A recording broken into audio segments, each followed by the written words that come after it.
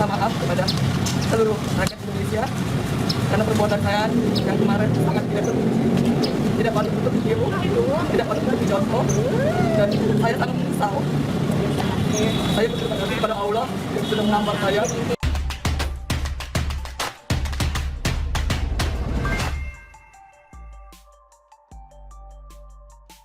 Angelina bebas, sebuah pertanda Demokrat akan kuram tidak lama lagi, ditulis oleh Daeng dari siwar.com. Angelina Sondah sudah bebas.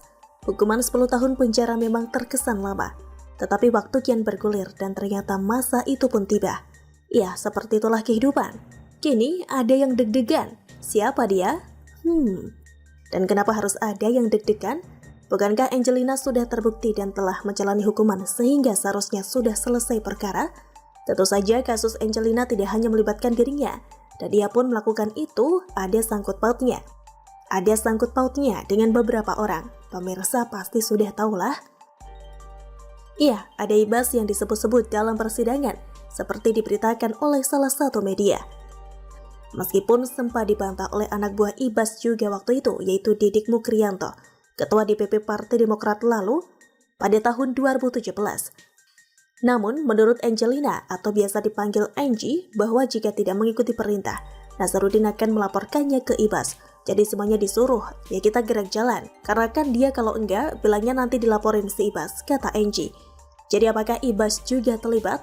Dan apakah akan ada balas dendam dari Angelina dan beberapa orang seperti Anas Urbaningrum? Nah, disinilah bisa terjadi beberapa kemungkinan. Maka sangat elok jika memang masih ada yang terlibat. Sebaiknya diungkapkan saja, penegakan hukum harus adil kan? Jadi, mari katakan tidak pada korupsi. SBY pasti sudah mulai berpikir keras untuk mengatasi masalah ini, dan ini bukan masalah yang mudah. Apalagi di saat ini, SBY bukan lagi presiden, belum lagi sang Pepo sudah mulai tua.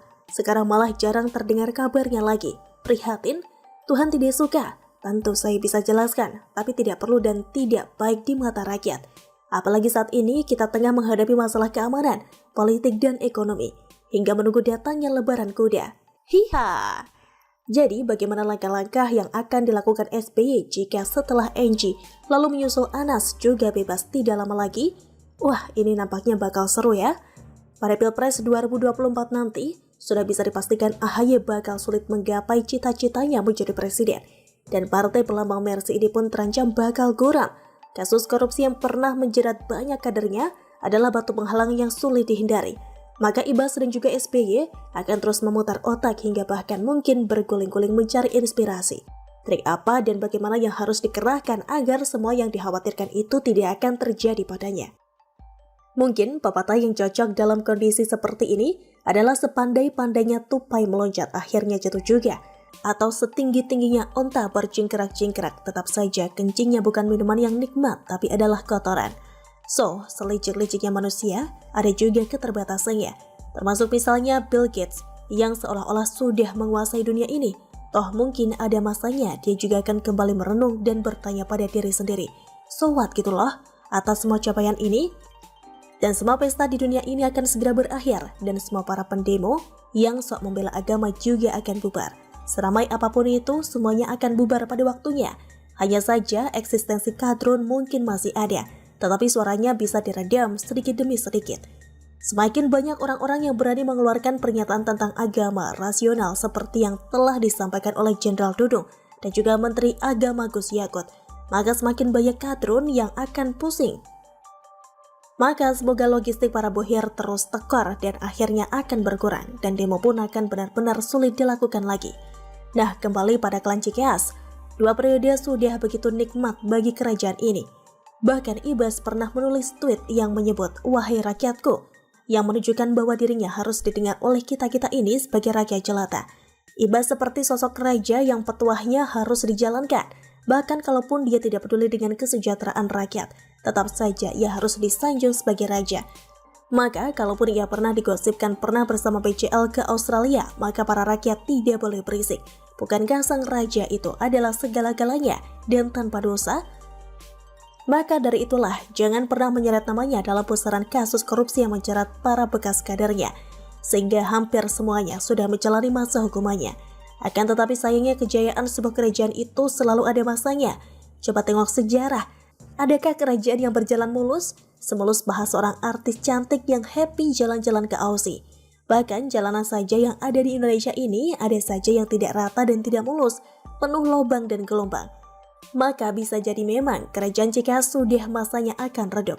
Dan di tahun 2024 bisa jadi partai ini memang akan gurem atau kapalnya diambil alih saja untuk dikelola dengan baik. Semakin banyak orang yang telah dikecewakan selama masa kejayaan Demokrat dan pemerintahan 2 periode SBY, maka bisa jadi mereka akan menuntut balas atau jengkel, atau bisa jadi mereka akan bersatu, atau sudah sekian lama telah mengumpulkan bukti-bukti, serta telah merumuskan strategi yang jitu buat membongkar semua bobrok yang sudah terjadi sebelumnya.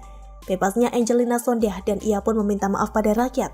Ini sepertinya sebuah sinyal bahwa akan membayar kesalahannya dengan ikut membantu mengungkap sebuah skandal yang telah merugikan negara dan rakyat yang jumlah dan efeknya tidaklah kecil. Karena pertobatan itu sejatinya bukan hanya diucapkan saja, tetapi membayar kesalahan yang telah dilakukan dengan perbuatan yang baik.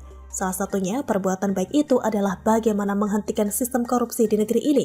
Dan tentu saja, semua yang terlibat harus mendapatkan hukuman. Dan kalau Ibas memang ikut terlibat, harusnya keadilan ditegakkan setegak-tegaknya. Bagaimana, wahai rakyat? Seru ini memang. Saya dukung Angelina Sondakh untuk bergabung dengan Anas Urbaningrum plus Antasari dan plus yang benar-benar rakyat yang sudah merasakan penderitaan selama masa 10 tahun. Karena di masa ini kaum radikal begitu subur berkembangnya. Begitulah kura-kura. Bagaimana menurut Anda? Ingin bangkit dan menuliskan sejumlah alasan kenapa sosok seperti Putin ideal memimpin Indonesia. Fadli menuliskan kalau ingin bangkit dan jaya, RI butuh pemimpin seperti Vladimir Putin. Berani, visioner, cerdas, berwibawa, nggak banyak ngutang, nggak pelangap-longo. Putin ini adalah seorang pemimpin yang kita sama-sama tahu sudah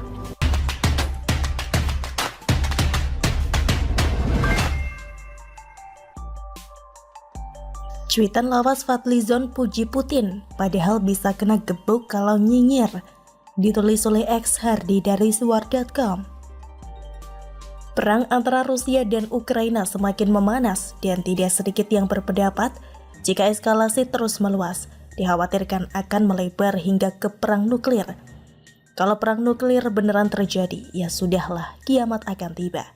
Tapi saya tidak bahas itu, karena itu di luar kontrol. Apapun yang terjadi nanti, tidak ada yang bisa perbuat.